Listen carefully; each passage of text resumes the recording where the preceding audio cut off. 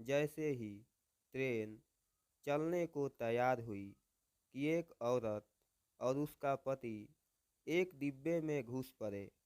दरवाजे के पास ही औरत तो बैठ गई, पर आदमी चिंतातुर खड़ा था, क्योंकि वह जानता था कि उसके पास तो जनरल का टिकट है और यह रिजर्वेशन डिब्बा है।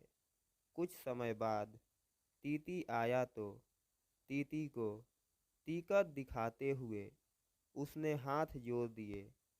ये जनरल टिकट है, अगले स्टेशन पर जनरल डिब्बे में चले जाना, वरना 800 की रसीद बनेगी। टीटी ने कहा। साहब बीवी और सामान लेकर जनरल डिब्बे में चढ़ नहीं सके, इसलिए लाचार होकर स्लीपर क्लास में आ गए थे। हमें यहीं कोने में खड़े रहने दें तो बड़ी मेहरबानी होगी। टीटी की ओर 100 का नोट बढ़ाते हुए पति ने कहा। 100 में कुछ नहीं होता, 800 निकालो, वरना उतर जाओ। टीटी बोला। 800 तो गुड्डों की डिलीवरी में भी नहीं लगे साहब। नाती को देखने जा रहे हैं, गरीब लोग हैं, जाने दो न साहब। अब की बार पत्नी ने कहा। तो फिर ऐसा करो, 400 निकालो, एक रसीद बना देता हूँ और दोनों बैठे रहो। टीटी ने कहा। ये लो साहब, रसीद रहने दो। 200 रुपये बढ़ाते हुए आदमी बोला। नहीं नहीं, रसीद तो बनानी ही पड़ेगी, ऊपर से आर्डर है। चलो जल्दी 400 निकालो, वरना स्टेशन आ रहा है। उतरकर जनरल बोगी में चले जाना। इस बार कुछ दांतते हुए टीटी बोला। आदमी ने 400 रुपये ऐसे दिए मानो अपना कलेजा निकाल कर दे रहा हो। दोनों पति पत्नी ऐसे उदास बैठे थे मानो नाती के पैदा होने पर नहीं, उसके शोक में जा रहे हों।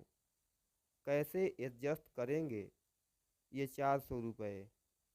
क्या वापसी की टिकट के लिए समधी से पैसे मांगना होगा? नहीं नहीं, आखिर में पति बोला। गुड्डों के घर पैदल ही चलेंगे, शाम को खाना नहीं खाएंगे। 200 तो एडजस्ट हो गए। और हाँ, आते वक्त पैसेंजर से आएंगे, 100 रुपये बचेंगे। मगर फिर भी ये तो 300 ही हुए। ऐसा करते हैं, नाना नानी की तरफ से जो हम 100 देने वाले थे ना, अब दोनों मिलाकर 100 ही देंगे। हम अलग थोड़े ही हैं। हो गए ना 400 एडजस्ट? पत्नी ने कहा। मगर मुन्ने में कम करना। और पति की आंख छलक पड़ी। मन क्यों भारी करते हो जी? गुड्डो जब मुन्ना को लेकर घर आएगी तब 200 ज़्यादा दे देंगे। कहते हुए उसकी आंख भी छलक उठी। फिर आंख पोंछते हुए बोली।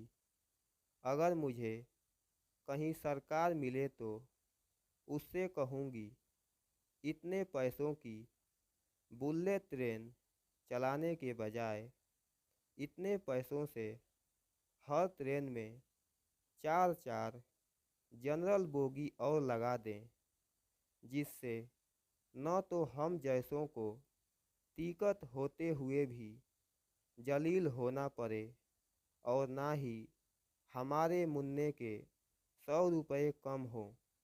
उसकी आंख फिर छलक पड़ी। अरे पगली, हम गरीब आदमी हैं न, हमें ओत देने का तो अधिकार है, पर सलाह देने का नहीं। रो मत मेरे प्यारे दोस्तों। इस कहानी से हमें क्या सीख मिलती है, आप अपनी राय कमेंट बॉक्स में दे सकते हैं।